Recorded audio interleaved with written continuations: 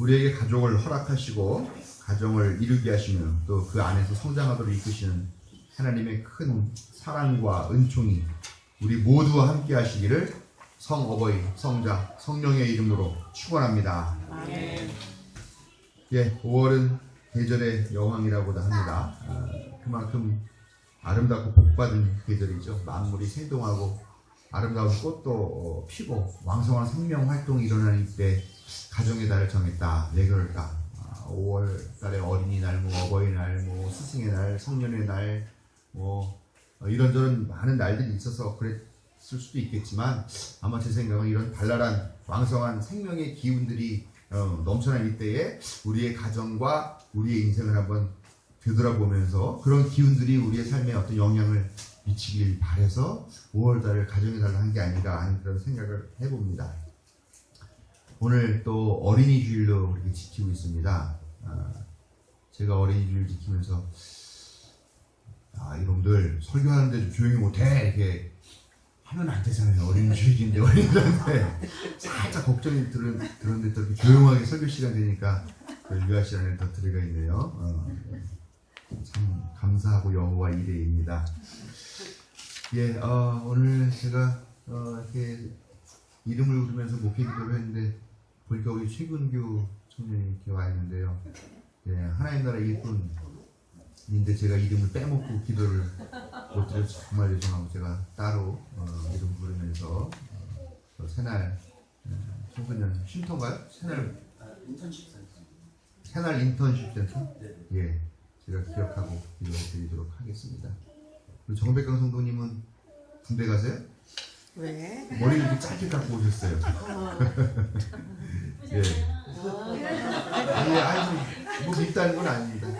예, 아까 촬영원에 나갔는데 한울균 선생님도 제가 좀 일찍 가서 기다리고 있는데 저기서 어떤 분이 등산객이 산으로 안 가고 내려오면서 막 뛰어오더라고요. 그래서 등산객 이쪽으로 뛰어오라고 봤는데 머리도 좀 짧게 치시고 등산복 차림을 오셔가지고 제가 올라왔습니다. 네, 아무튼 반갑고 감사합니다. 오늘 어린이 주일로 지키면서 또 가정의 달이니까 가족의 의미를 되새겨보는 계기로 이렇게 삼고자 합니다. 우선 가정이 뭔가 찾아봤어요. 가정하고 가족하고 뭐가 달라요? 네, 찾아봤는데 가정은 가까운 혈연 관계에 있는 사람들의 생활 공동체라고 하고요. 가족은 혈연, 인연, 입양 등으로 연결된 일정 범위의 사람들로 구성된 집단이라고 그렇게 정리를 해주네요. 예. 혈연 관계가 아니어도 가족은 될 수 있는 것 같습니다.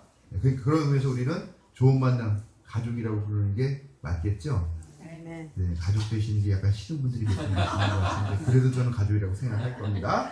네, 며칠 전에 제가 가까운 지인으로부터 전화를 한 통 받았어요.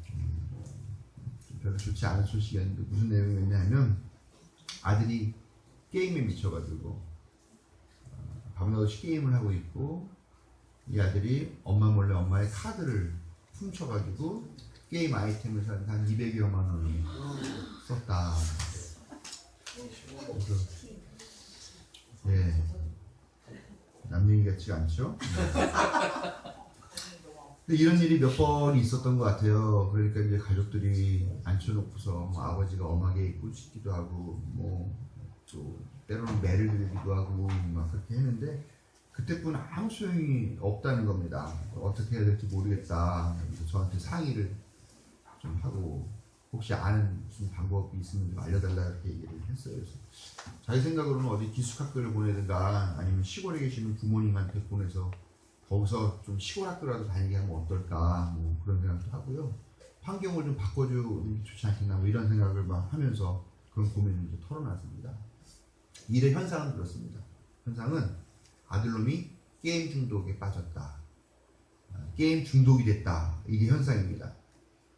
그런데 그 일을 두고서 또 이렇게 저렇게 조금 더 이야기를 나눠보고 상담을 해보니까 상담까지는 아니고 저는 상담사는 전혀 아니고 관심도 없으니까 이야기를 하다 보니까 가족 간의 문제가 좀 있는 것 같아요. 소통의 문제 이런 거요. 뭐냐 했더니 아들이 자기가 하고 싶은 미래의 꿈이 있더라고요. 그런데 그 꿈이 보니까 이렇게 썩 소위 말하는 그런 성공적인 그런 걸 지향하는 꿈이 아니고 탄탄하거나 아니면 안정적인 그런 꿈이 아니더라고요. 그러니까 그 아버지가 그 아들한테 이렇게 어렵고 험한 세상에 그런 일을 한다고 해서 네가 될 수 있는 것도 아닐 거고 쉽지 않으니까 쓸데없는 생각하지 말고 공부 열심히 해라. 공부해서 좋은 대학 가가지고 그런 좋은 직장, 안전한 탄탄한 대기업 같은 데 취직하는 게 제일 좋다. 이제 이런 식으로 이야기를 아마 했나 봐요. 그러니까 부자간의 대화는 이렇게 단절이 된 거죠. 그러니까 이 아들이 반항심이 생겼던 건지 아니면 자기가 하고 싶었던 그런 꿈이 막히고 좌절됐다는 그런 생각을 했던 것인지 아무튼 그때부터 이제 게임 세상으로 들어가서 열심히 게임을 하고 이제 엄마 카드에까지 손을 대는 이제 이런 지경까지 온 것이죠. 이게 바로 현상 뒤에 숨어있는 진실의 일부였습니다. 저도 사내 아이 둘을 키우지만 자녀 낳는 게 참 쉽지가 않습니다. 그렇죠? 요즘은 또 뭐 컴퓨터다 뭐 스마트폰이다 해가지고 집안에서 다 이것만 들여다보고 있죠. 저도 들여다보고 있어요. 우리 애들도 들여다보고 있어요. 대화도 안 되고 얘기도 좀 해야 되는데 우리 아이들이 얼마나 성장했는가. 물론 그래도 저는 좀 다른 집보다는 조금 더 많이 하는 편은 아닌가라고 생각은 하는데 그래도 여전히 대화가 어렵다라는 생각도 합니다. 잔소리도 하고 꾸중도 하고 심할 때는 매를 들기도 하지만 그렇다고 자녀 양육이 마음 먹은 대로 되는 것은 아니더라 하는 그런 생각이 참 많이 있습니다. 그런데 저도 제 아들들을 이렇게 양육하고 하는 과정 중에 드는 생각이 한 가지가 있더라고요. 무슨 생각일까요? 야, 우리 부모 성불 하셔야 되겠네. 네, 저는 뭐 지금 우리 아이들에 비해서 더 많이 좀 속을 많이 썩인 편이었고 조금 더 많이 삐딱했어요. 그래서 사실 그렇다고 큰 낙성을 부린 건 아니었지만 그래도 엇나가는 일 많이 했는데 그때 우리 부모님들이 참 속상하셨겠구나, 잘 참아주셨구나 하면서 제가 그 부모님 얼굴이 아이들 보면서 이렇게 오버랩이 되는 거예요. 아, 우리 부모님이 정말 나를 그래도 이렇게 잘 키워주셨구나 하면서 저도 이놈의 새끼들 그냥 말 안 듣고 속상하게 하지만 그래도 나도 부모가 날 잘 키워주신 것처럼 잘 더 참고 인내하면서 잘 키워야 되겠다는 그런 생각을 하게 됩니다. 나는 더 했는데 그렇게 저도 부모가 되나보다 하는 그런 생각을 하게 됩니다.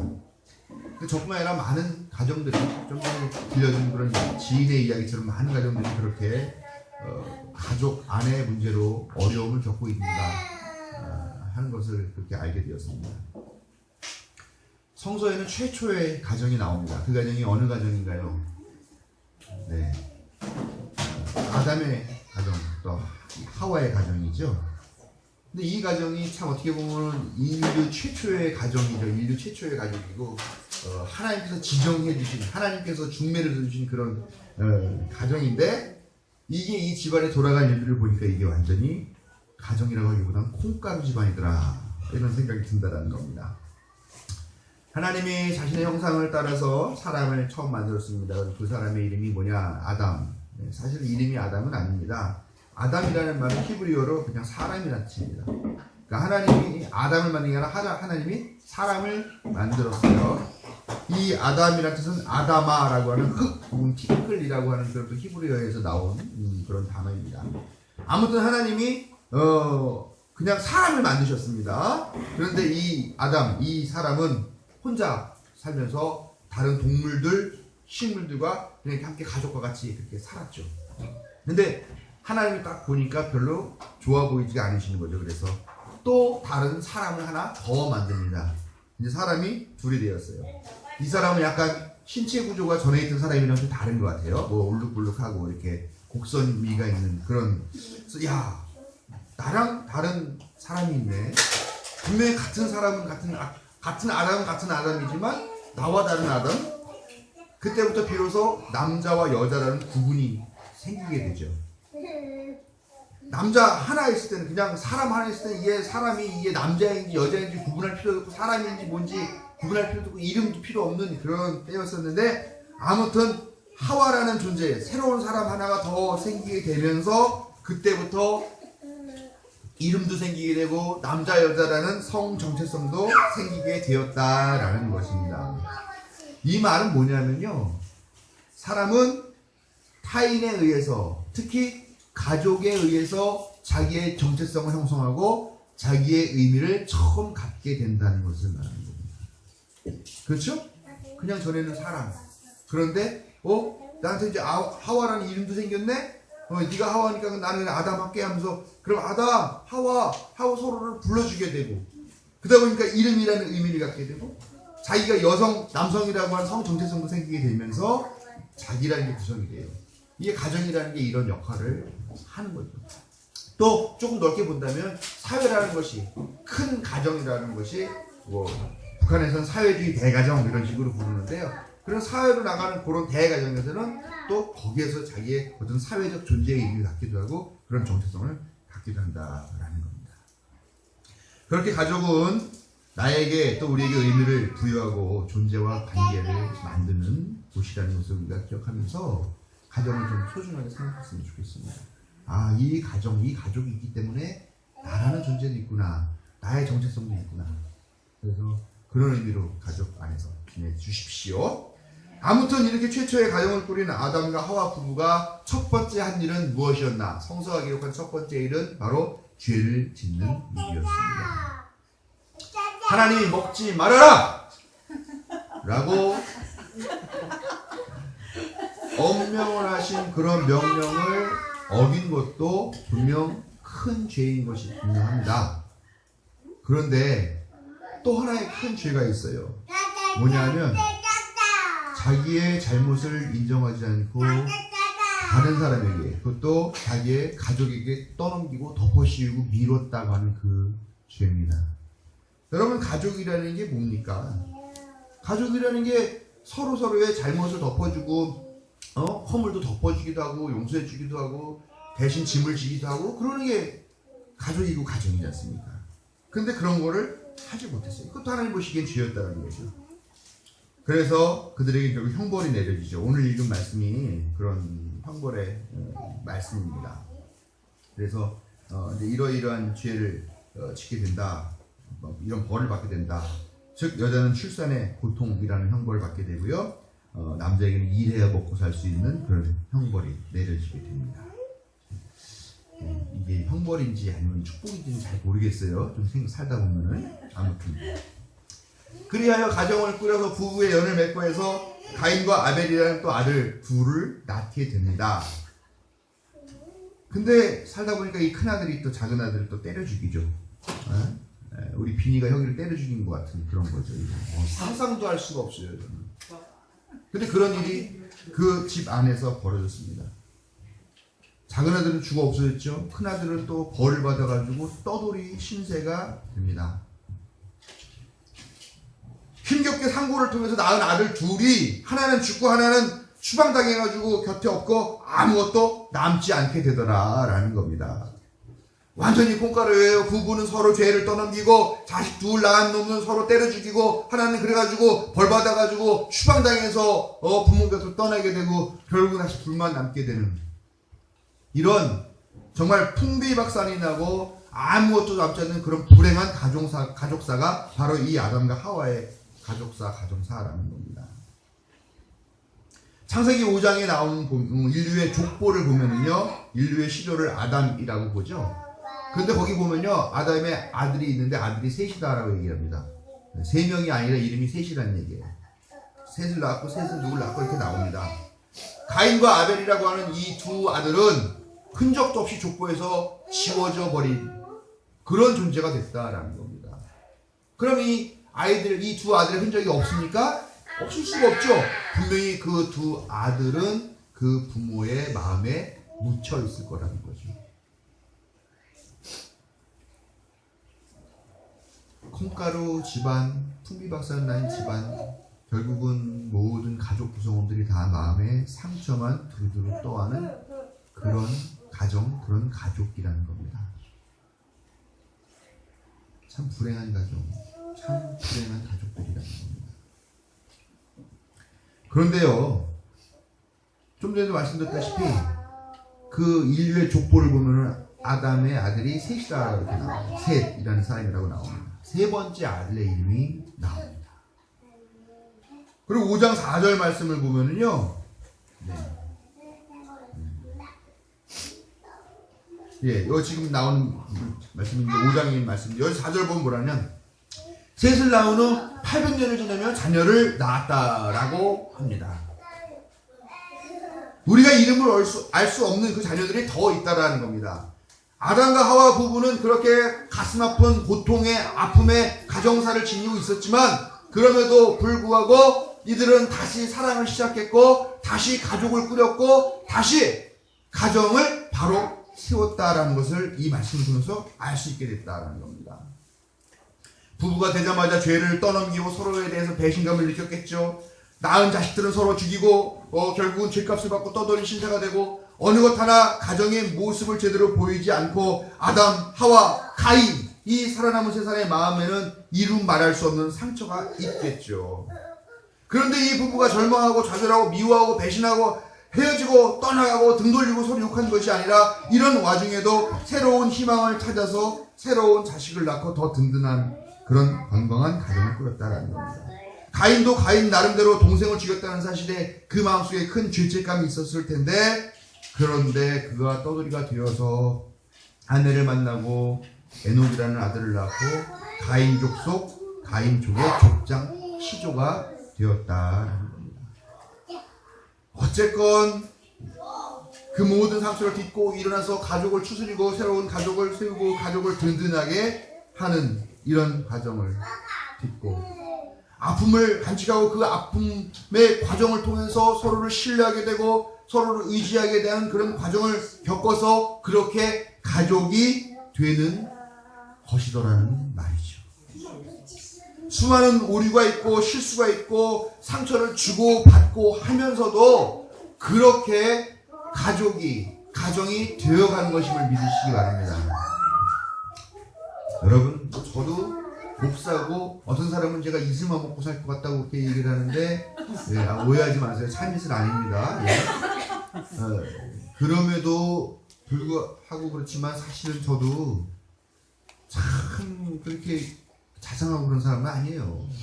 교우들한테는 직업적으로 참 자상한 척 하지만 저도 참 나쁜 아빠고 참 무자비한 아빠고 참 제멋대로 남편이고 그렇습니다만 그런 과정에서 얼마나 여러분들에게 차마 말 못하고 말하면 충격받고 야 저 목사가 있는 교회에 다니면 안 되겠다 아무래도 정신건강에서 이런 생각을 할 정도로 저도 참 타락하고 악한 사람입니다. 우리 집사님 보면서 시키고 있잖아요. 참 두 사이에 험한 일이 많았습니다. 그런 어려운 과정을 겪다 보니까 가정이 되고 서로에게 가족이 되더라라는 겁니다. 여러분 어려운 일 있고 힘겨운 일 있다고 해서 그걸로 좌절하지 마세요. 물론 뭐 요즘 사회에는 또 그렇게 해서 가족이 깨지기도 하지만 뭐 그렇다고 해서 꼭 그 사람하고만 가족이 있고 그 가족만 가정이라는 건 아니죠. 우리는 너무 많은 가정과 가족이 있으니까요. 그런 가족들, 그런 모든 가족과 가정 관계가 그렇게 어려움들을 겪고 상처받고 아파하고 하면서도 그렇게 추스려지고 서로가 성숙해지는 그런 틀이라고 하는 것을 우리가 기억하면서 우리가 우리 가족에게 좀 너그러워져야 되겠다라는 것입니다. 서로에 대한 배신과 상처가 있지만 그런 불행한 일들을 겪으면서 다시 일어서서 서로에게 의지가 되고 든든한 가족으로 성장하게 나가게 하는 이 콩가루 집안을 보면서 우리가 얻게 되는 교훈이 있습니다. 그건 뭐냐? 이 사람들이 왜 그렇게 됐을까? 이 사람들이 다시 행복을 찾은 그 열쇠는 뭘까? 저는 오늘 주신 말씀에 3장 21절에 나오는 말씀 하나님이 만들어 입혀주신 가죽 옷이라고 이렇게 생각을 합니다. 부부간의 배신이라는 상처를 가려주는 가죽 옷이죠. 여러분이 가죽 옷을 만들기 위해서는 뭐가 필요한지 알아요? 가죽이 필요하죠. 이 가죽을 만들려면 분명히 우리가 뭔지 알 수 없는 뭐 개가 됐는지 소가 됐는지 양이 됐는지 모르겠지만 분명히 어떤 짐승의 희생이 있었다라는 겁니다. 그 짐승이 희생해서 그 자기의 가죽을 바쳤고 그 가죽이 옷이 되어서 아담과 하와가 이 옷을 입게 되었을 때에 이 가죽은 새로운 힘을 얻게 되는 것이 아닙니까? 바로 이 가죽 옷을 만들어주신 하나님의 은혜라는 거기에 대한 분명한 확신들이 있었기 때문에 그 가족이 다시 일어서고 다시 희망을 찾을 수 있었던 것이 아닌가라고 생각합니다. 여러분, 우리도 가죽 옷을 입고 있어요. 무슨 가죽 옷? 우리는 영적인 가죽 옷을 입고 있죠. 예. 우리 장모님 여기 이건 가죽인가요? 인조 가죽인가요? 비닐 아니에요. 양가죽? 예. 인조예요. 비록 오늘 한장모님은 인조 가죽 입고 오셨지만 그것 말고 우리는 영적인 가죽 옷을 입고 있다. 그 가죽옷, 우리가 입은 이 영적인 가죽옷은 우리를 위해 희생하신 예수 그리스도라는 옷입니다. 죄인 되어 허물과 죄의 그 무게로 허덕이는 삶을 허덕허덕하면서 살다가 그냥 죽어갈 수밖에 없는 우리를 위해서 생명의 길을 보여주시고 그 길을 인도하시고 그리고 그 길을 먼저 가시면서 십자가에서 희생되신 바로 예수 그리스도의 그 사랑을 우리의 가죽옷이라고 생각하고 항상 그 가죽옷을 생각해야 되겠다라는 겁니다. 여러분, 예수님은 우리를 위해서 자기 자신 목숨까지 희생하는 그런 사랑을 우리에게 보여주는데요. 우리는 왜 우리가 사랑하는 가족을 위해서 희생하지 못합니까? 네? 우리가 그런 희생을 받을 만한 그런 존재도 아니에요. 사실 얼마나 허접합니까? 지금 여기 와서 목사라고 이렇게 와가지고 이렇게 하고 있지만 제가 내 자신을 아는 거예요. 제가 얼마나 허접하고 제가 얼마나 개쓰레기인지 제가 아는 거예요.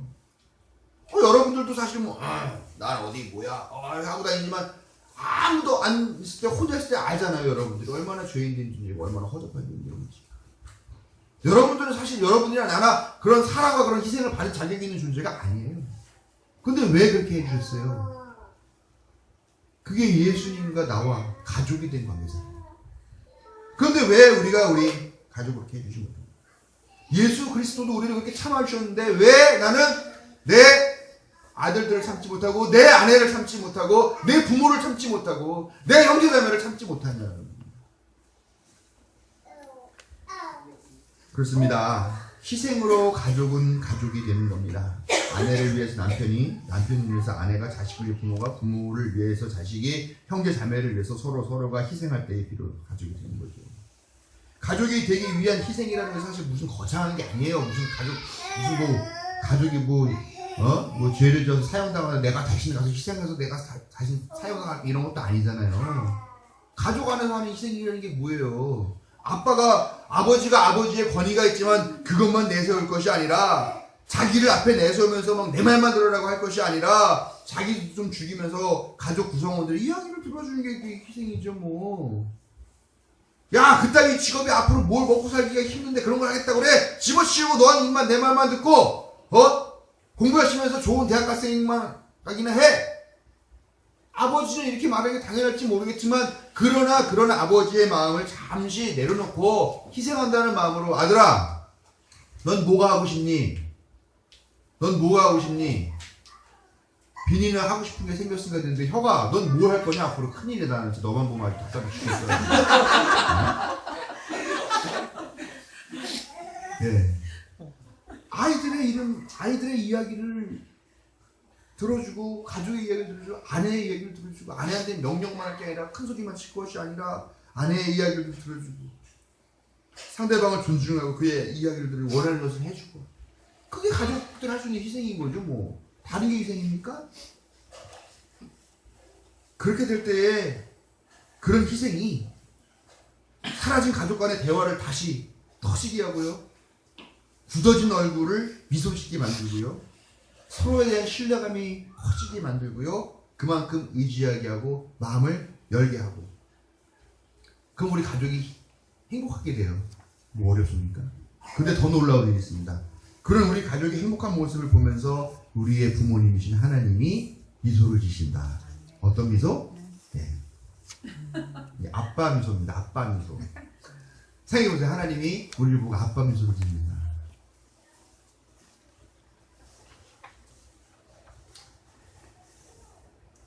배우자 때문에, 부모 때문에, 자녀 때문에, 형제들 때문에, 자매들 때문에 골치를 썩고 계시는 분 많으실 겁니다.